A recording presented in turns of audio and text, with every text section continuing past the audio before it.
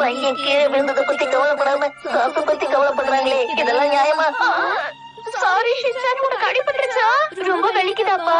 Okay, எல்லாம் தயாராயிடுச்சு. இந்த விளையாட்டெல்லாம் விளையாட சொன்னது. எங்களுக்கு பிடிச்ச விளையாட்ட விளையாடுவோம். ஆமா, நீங்க எல்லாம் இங்க விளையாடக்கூடாது, போங்க. நீங்க சமாளிச்சுக்க.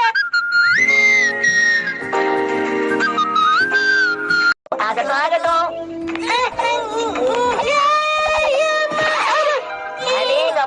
இது கூட செய்ய முடியாதா? எப்படி பண்ற பத்தியா?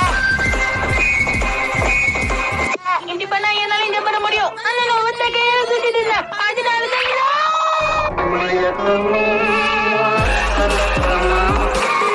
இதெல்லாம் எதுக்காக?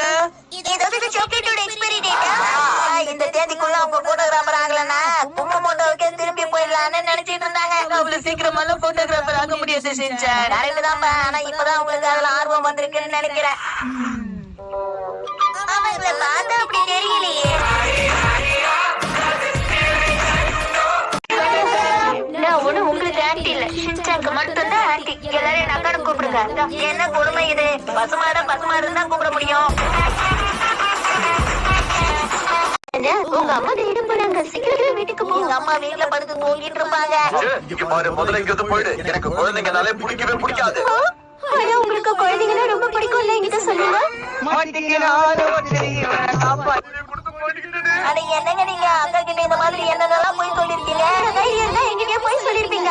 இல்ல, இது ஒரு சின்ன பொய் தானே. சின்ன பொய்யா இருந்தானே பெரிய பொய்யா இருந்தானே பொய் தானே.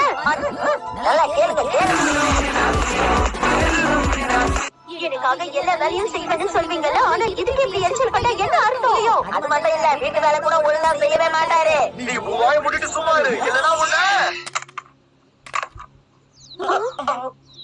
ஆமா, யார் இந்த யோகோ? அது வந்து ஊர்ல இருந்து என் ஃப்ரெண்ட் யோகோ போன் பண்ணிருந்தா. அதான் நான் எதுவுமே பண்ணல. நில்லு. வந்த வேலை முடிஞ்சது.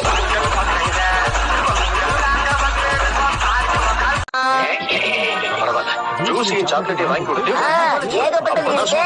அதுக்கப்புறம் நாம ரொம்ப நிம்மதியா காபி சாப்பிடலாம். அது எப்படிங்க? நீங்க போட்ட காபி மட்டும் ரொம்ப ருசியா இருக்கு.